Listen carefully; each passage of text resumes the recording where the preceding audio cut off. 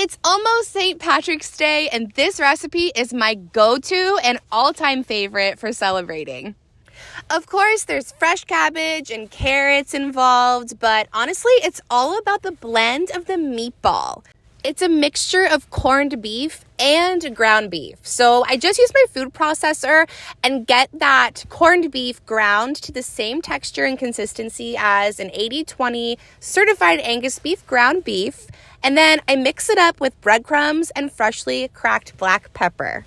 Once my meatballs are formed, I put them in the fridge for just a little while to help them firm up before I sear them. Remove your seared meatballs from your braising pan and add in all those veggies that we prepared. And don't forget the caraway seeds. And with the addition of a little beef stock, the meatballs make their way back into the braising pan on top of those beautiful vegetables.